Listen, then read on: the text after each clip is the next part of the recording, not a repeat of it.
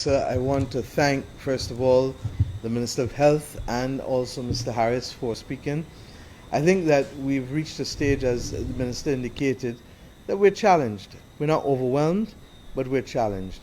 But I always remind persons, including in my cabinet and to the country, that we should never be surprised by what we expect. Over the course of the last few months, we have been indicating, look, we need to be able to ensure that as many of our people can be vaccinated as possible, because the evidence is absolutely clear that where there is a higher degree of persons with vaccination, you can more or less see the reduction in the positivity rates generally. Indeed, when we were in New York last week, and I alluded to this the last time I spoke to you, that one of the reasons why their positivity rate is as low as it is in New York City has to do with the level of vaccinations and the quantum of vaccinations, I should say. We have been proceeding reasonably well. Of course, we set a target of 10,000 a week. We haven't met it the first 2 weeks, but I also have noticed a difference. In the last 3 days of the last week, we saw a significant increase in the numbers per day, to the point where on Friday we were just under 1,100 persons who had vaccinated. The reality is that we need to hit as close to 1,500 people a day. We also are aware that our duty is to ensure that we can keep the vaccination supply going. That is not easy, and I'm being very straight, as I've always told you. Out there is a very, very difficult environment. Indeed, only today the United Nations Secretary General and the others who are visiting with us would have reflected on the whole issue of vaccine equity and vaccine hesitancy as we go forward. Bottom line, the government will put and continue to put things in place at an institutional level and at the level of the systems to help you. That's why Mr. Harris spoke and Minister spoke about the fact that at our isolation facilities, we are ensuring that we can supplement the numbers of persons working there, particularly the medical personnel, from doctors to nurses to other support staff, because we recognize that being challenged means, first and foremost, that those who have been on the front line working are working continuously and incessantly. And we need to make sure that they can get a rest, because if they are to give the best of themselves, they too also need to be able to step back and rest at some point. On Friday, we were able to pull together a meeting with the Minister of Health would have pulled together for me to address the doctors at the hospital and senior consultants at the hospital, the president of the Barbados Association of Medical Practitioners, and indeed the doctors who have been leading the effort so valiantly at Harrison's Point and other isolation centers. I refer specifically to Dr. Corey Ford, who the public knows well, but also Dr. Anne-Marie Hassel and Dr. Carlos Lovell, who have also been pulling the weight along with another team of doctors. Mr. Harris made it clear and referred to the fact that we expect during the course of this week to see other doctors come in. They know that as Minister of Finance that I am prepared to ensure that we work also with the private medical practitioners. Indeed, we already have a team working with the home quarantine team under Dr. Grandison, and we have another team working with the home isolation team under Dr. Brian Charles. But we've gone further, and we've said that where we need to supplement to ensure that if we have to move people from the QEH to Harrison's Point, that we can supplement back at the QEH. And if we have to move people from the polyclinics to Harrison's Point, we are prepared to bring in people to supplement there. I think Mr. Harris indicated earlier to you just now that in his long and distinguished career, that he's never seen anything as serious and as challenging as this. And we understand it, because the last time that our countries have faced this kind of difficulty, quite frankly, would be for those countries who were in a world war or in a war on the front line, and before that, for those who experienced the last global pandemic, which was in fact the Spanish flu in 1918 to 1920. So we know this is real. But I also want to use this opportunity to remind Barbadians that while the government is doing as much as it can, it comes down ultimately to you and to the extent to which you're prepared to trust your medical practitioner, your doctor, the extent to which you understand that this really continues to be a pandemic, as we've said over and over, of the unvaccinated predominantly. It doesn't mean that a vaccinated person might not have a breakthrough and end up with COVID, but predominantly, and we've seen all but one death attributed now in recent times to those who are unvaccinated, certainly in this last surge. The bottom line is that we all know the facts, that once a person comes into the house with Delta, chances are most people in that household will get it, particularly if they're unvaccinated. If they're vaccinated, they have a chance at fighting it off. And for the most part, one of the messages that we want to underscore, and I keep telling you I'm a Jimmy Cliff girl, I can keep repeating it and repeating it and repeating it. And why? We need to make sure, if you are not feeling well, pick up the phone, call somebody or go to somebody who's a doctor who you trust and let us get help for you. I have heard Dr. Ford, I've heard Mr. Harris, I've heard Dr. Grandison, I've heard every single doctor, including the one who Paho has as my personal advisor, Dr. Bullock Dukas, all say if persons can come forward early enough, we can help them more often than not. But it is when you present late, it's when you present at the point where you're gasping for breath, or where you're already having symptoms and you haven't done anything about it. That is when the problems come.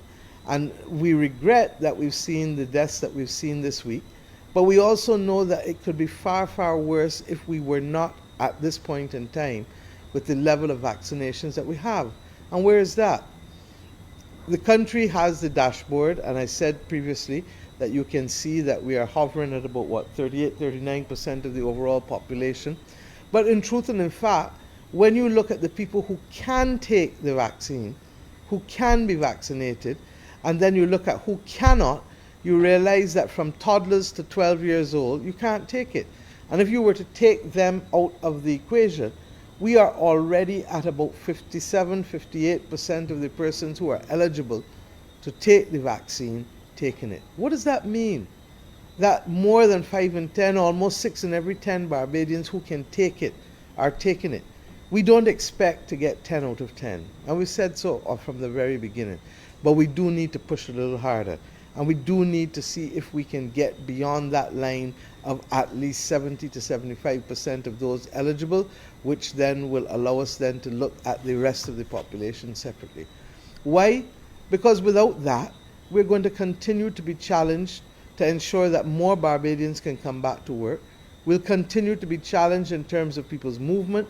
We'll continue to be challenged in terms of the economic performance that we need in order to be able to protect those who are most vulnerable. We have rolled out one of the most generous social protection programs of any country, any part of the world, as a developing country. We don't have the luxury of the G7 countries, or the United States of America, or France, or Germany, or China, or Japan. We don't have the luxury of those countries with respect to some of the things that they can do, particularly with quantitative easing and being able to expand their money supply. We have to still live within our means. But even with that, we've made choices. And we've made choices, one, to build facilities that would not put the QEH alone under pressure. Can you imagine if there was no Harrison's Point now as we speak, Minister Bostic? You understand? But at the same time, we're being challenged because we have a variant called Delta, which has literally the level of contagion that chickenpox has. And that's why we need you now to join us shoulder to shoulder in this battle to make sure that, one, wherever possible, please, talk to your doctor, and once you can take the vaccine, go and take it, because that will help us get to that point. Secondly, if you're not feeling well, please call. And I say so from the bottom of my heart, because the doctors keep telling me that will go a long way in reducing the few deaths that we've had compared to other countries, but we can reduce it even further between the vaccinations and the early intervention of the medical professionals in helping you. With respect to the home isolation and home quarantine program, that clearly is, the home isolation program is clearly for low-risk persons. And that's why the government has taken the decision to equip you with a thermometer and a pulse oximeter, so that, as Mr. Harris and Dr. Grandison previously said, we're in a position to take an independent measurement to determine how and what is the next step with you. Because of the backlog, what we were able to start yesterday, and I think we did 598 people out of 603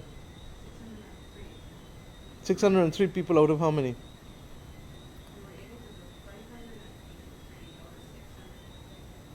of 600 and 618, right. So we've done 591 people out of 680 as of 4:26 this afternoon. And I expect that when we get the final update for the night, we will have come close to doing the telemedicine triaging of almost all of the persons who were in that zone. We have already arranged for 22 persons to be transported, and I believe that they will. Right, 22 have already been transported, and there's another 12 that will be transported this evening before the end of the night. That's 34 out of 598 people who needed then to be put into a more close monitoring isolation facility. That's the kind of thing that can work, but it requires partnership. And that's why we're here tonight talking with you and updating you, because we can win this battle together, but we have to do it together. As I said, the government can only do so much. We've provided the facilities. We're looking for the doctors. Barbados has over 1,300 doctors registered. And while all may not be practicing, we've made it very clear that we need now most of the doctors to come forward and to assist to ensure that those who have been on the front line for 20 months can help manage without being completely overwhelmed. I'm confident that the response that we've gotten thus far has been very good. And in fact, I leave this press briefing to go and meet with the doctors and the Barbados Association of Medical Practitioners to continue to ensure that we have a stock of persons, not for the immediate use now, but to ensure that if persons need rest or persons have to step off or persons get sick, that we have a continuous flow of persons. The Minister reminded you of the team that I indicated last Saturday would come from Northwell. They're already on the ground, and I want to thank them for that. But that is without prejudice to our being able to use as many of our local medical practitioners, because in a very real sense, all have accepted now that this is a national battle, and this is not a battle for the government alone or for Harrison's Point alone. This is a national battle that we can win if we all do the right thing. As I said, given the fact that we are 57-58% of the persons who are capable of being vaccinated, I really do hope that people will redouble their efforts. I'm also speaking to the vaccine team about being able to do better coordination and decentralization as we move around. But at the end of the day, some of you may ask, well, why aren't you mandating? My friends, Barbados has, and it has been home to me even more as we prepare and engage with our friends from overseas. We have one major national asset, and that's called social capital. Whatever report you read about our country, whatever people have to say about Barbados, they talk about the high degree of social capital, the high amount of trust in this society. And while we've gone through difficult times, and while we feel sometimes that some of our younger persons aren't listening, the truth is that a lot more are listening than we think. And that is evident now, even as we go around and seeing them come forward to be vaccinated, and also to be part and parcel of building a future that they want for themselves. If we try to divide this country rather than taking the long road and trying to persuade people and talk people through things, then we will find that we may well end up destroying the social capital that has been very much the foundation for our modern success. At this point in time, therefore, we are working doubly and trebly harder to have those conversations sectorally and geographically. That's why I leave here after a full day with the UN Secretary General and the Secretary General of UNCTAD and CARICOM and Commonwealth and the President of Guyana. After a full day with them and a full week ahead of us, we go still, because drunk or sober, mind your business, and that is at home. And our business at home is to ensure that we keep you safe as well, while at the same time trying to find the economic opportunities that are so critical to keep this economy afloat, trying to ensure that the debt that has been incurred through COVID does not kill us or any other small island developing state, because at the end of the day, we still need to pursue the normal development challenges. And as we discussed again today, also having to borrow for the climate crisis. I left Codrington College just now. That was our last trip. And at Codrington College, were still persons who lost their houses in Elsa, and I want to thank them because they, among other public-spirited Barbadians, have been helping us house people while we rebuild these houses. So we face serious issues related to the pandemic and the climate, but at the same time, we have to live because we now know without a doubt that this is a marathon. And if this is a marathon, then we can't be shutting down because what we do is to create more problems in the long run than we do. And my friends, you know I can talk to you straight. Sometimes it's good, sometimes it's bad. But what you can always be assured is that there can be straight talk. And with that straight talk comes then the recognition that the ball is also in a lot of persons' courts now. How do we adhere to the protocols? How do we talk to our doctors? If we were having a belly ache or a headache, we would go to the doctor and ask the doctor for help. And they'd give us some kind of medication, and more often than not, we'd think and take it without questioning. I am saying now, not that you shouldn't question, because you should, but what I am saying to you is that the waiting game is really now not on your side. Too many people have said, I waiting, I waiting, I waiting. But what are we waiting on? The truth is that we've seen that persons who have professed to be waiting are now finding themselves, in some instances, fighting for their lives. And we know, we've seen it in Iceland. We've seen where Iceland, as I've said over and over, because of the high level of vaccination, that they can, in fact, pursue most of the economic activity in that country without pause. Similarly, in Denmark. And if you go around the country, investigate in the countries of the world, investigate for yourselves. So my friends, I believe that as we go into this week, that I ask Barbadians to reflect where we are. Let us also remember that this is not something that is only affecting older people. On average, every day, between 1/4 and 1/5 of the people who are catching COVID, who are COVID positive, are now under the age of 18 years old. This is nothing to play with. If we love our parents, our grandparents, if we love our children, if we are able-bodied and capable, now is the time to stand in the breach and do the right thing. And I'm telling you, I know it, I can feel it, I see it. If we do the right thing, then as I keep saying, we will at least get to a point where some level of normalcy can come back, and where many of those who lost their jobs in the last 20 months can begin to contemplate working and to get the reality of working again, because it means that we have mounted a robust battle against the virus. And the virus is not going to catch and live easily in vaccinated people. The virus is not going to live on its own. The virus needs a host to attach to in order to go forward and go forward and go forward. And that is why I say to you, you ask me, some people ask me, why are you coming and talking to the country so much? I don't have a choice. I don't have a choice. Because I need to talk with the country and to talk people through this, because we assume that everybody knows, but we don't. And it is only in the sharing of knowledge and the sharing and communicating that we are in a position to improve our circumstances. And as I said, when we look around, and others have commented on it, yes, we are far better than most, but being far better than most is not sufficient for me. I want it to close the gap, like how that door just closed. You understand? Close the gap. We want to close the vaccine gap. And we also want to make sure that as we do that, that we can close the unemployment gap. As a nation, as Barbadians working together, I have every confidence that we can do it. And that is why our country tomorrow morning becomes the smallest country ever in the world to host the United Nations Conference for Trade and Development. UNCTAD was that body formed to be able to give developing countries like ourselves a voice. And you may have asked, well, what was this esoteric thing that they get? This is not esoteric. This is about us being able to get policy space so that we can protect our farmers, and that our farmers can help us with food security, so that instead of the market being flooded with food imports, that we can start to protect our farmers.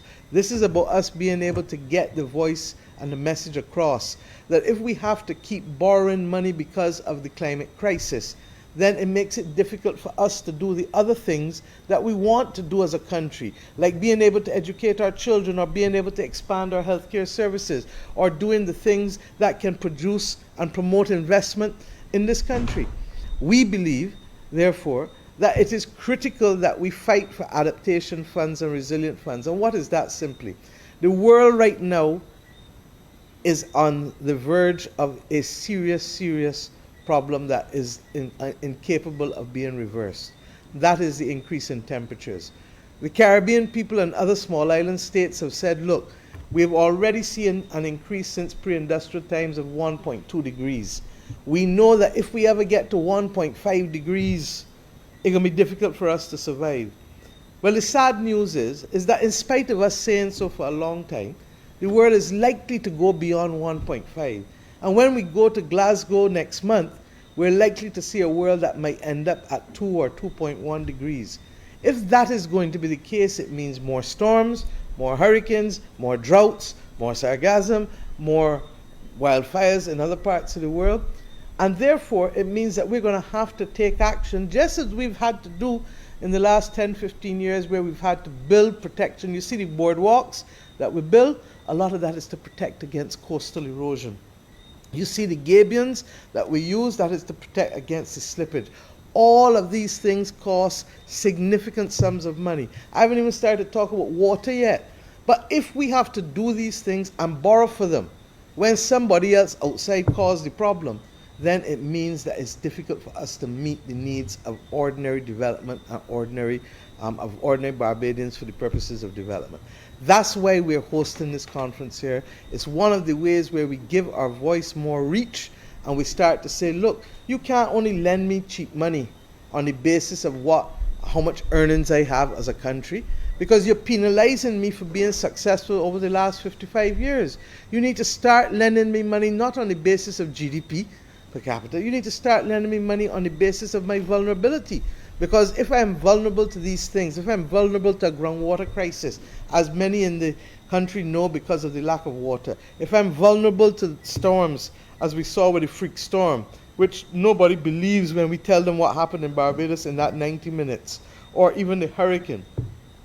If we're vulnerable to these things, we've got to go and spend money. And already in this financial year, the ashfall from St. Vincent cost not the government but the entire economy about $87 million, of which the government would have spent at least a third of that to be able to deal with what it has to do. Similarly, Hurricane Elsa and the freak storm is likely to cost the government now at least 1.5% of GDP, and there's probably other damage, as I said, in the private sector that will be just under half of 1% of GDP. So all of that is a lot of fancy language to be able to say that the ashfall cost the country about $87 million in losses, and this hurricane and storm will probably cost us over $100 million, $110, $120 million in housing replacement if we are going to deal. And the reality is that the majority of people who lost their houses are below the poverty line. 90% of them are below the poverty line. My friends, we have many challenges, but this country has always distinguished itself by being able to come together and fight the battles that we need to fight to move to the next level. I trust and pray that on this occasion of the pandemic, the majority of you hearing my voice will remember that this is a battle that is not now governments alone, but it is the entire countries. And just as the medical profession has joined us hand in hand as we go forward with these increased numbers, I also ask every Barbadian who is not yet vaccinated to please go and speak to your doctor, ask for the advice, and let us move and carry those numbers up to a level. We don't expect all, but we need more if we're going to close the gap and to begin to turn the corner, which we can so possibly do. But it requires your help and our help as we go forward. I want to thank the doctors and the nurses and the orderlies again on the front line. The truth is that the home isolation and the home quarantine program, in my view, will over the next week or two, I ask the public to be patient. We have to roll out something new. Anytime you're doing something new, it's no different from you doing something new at home. It's no different from you learning something new at home. It's going to take a little time before it becomes habit. And therefore, I'm asking you for your patience. Jeffrey had to remind the country a few nights ago that when you come to Harrison's Point, it's a wonderful facility. And in terms of medical capacity, it is top-notch, equal to anything in the world. But it is not a five-star hotel. And therefore, there will sometimes be issues, especially if people present with additional persons who the people were not expecting. So if you, and we understand why they do come, because if you have a mother with 3 or 4 children and the mother and one child is positive and the other 2 are not, who's she going to leave the children with? So we've had to literally adjust and work with them, and we will continue to do so, because this is not about anybody standing on ceremony now. This is about getting a people and a country to safety. And I'm sure that no other leader of this country would ever want to be in this position. I certainly don't want to be in it, but the reality is that we are. And if we are here, then we must do what we do best. Come together and act as one. This country's level of social capital and capacity to understand has been well documented. And as I said, I'm not going to undermine the country's social capital, but at the same time, I am going to urge, beg, and literally walk around and talk with everybody who I have to talk to remind you that your best protection is, one, monitoring and facing and adhering to the protocols, which is literally washing your hands, wearing your mask, keeping your distance, but equally, the large percentage of protection you get from a vaccination is perhaps one of the most significant game changers. And if you ask me what is different between now and January, and what is different between now and April, in April last year, there was not even a talk about a vaccine in a hurry or nearby. In January, February, and March, we didn't have vaccinations available for the majority of our people.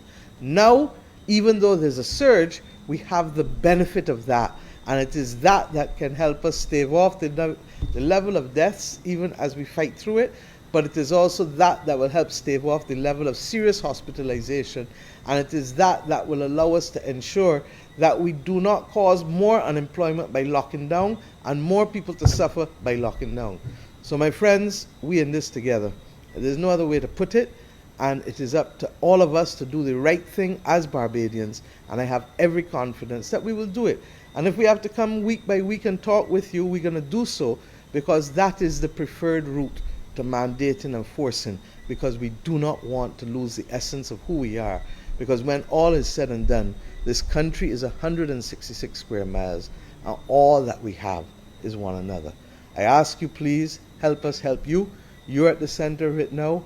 Half of it is personal responsibility. Half of it is what we provide as a government. We believe we're at that point where that partnership can take us over the hurdle in the next few weeks. Thank you very much. And thank you very much, Prime Minister, the Honourable Mia Amor Mottley. I would also like to thank the Minister of Health and Wellness, Lieutenant Colonel the Honourable Jeffrey Bostic. We also heard from the Senior Consultant Cardiothoracic Surgeon, Mr. Anthony Harris, and we were also supported by the Consultant Manager of the Home Quarantine Programme, Dr. Adana Granison. Do have a good evening.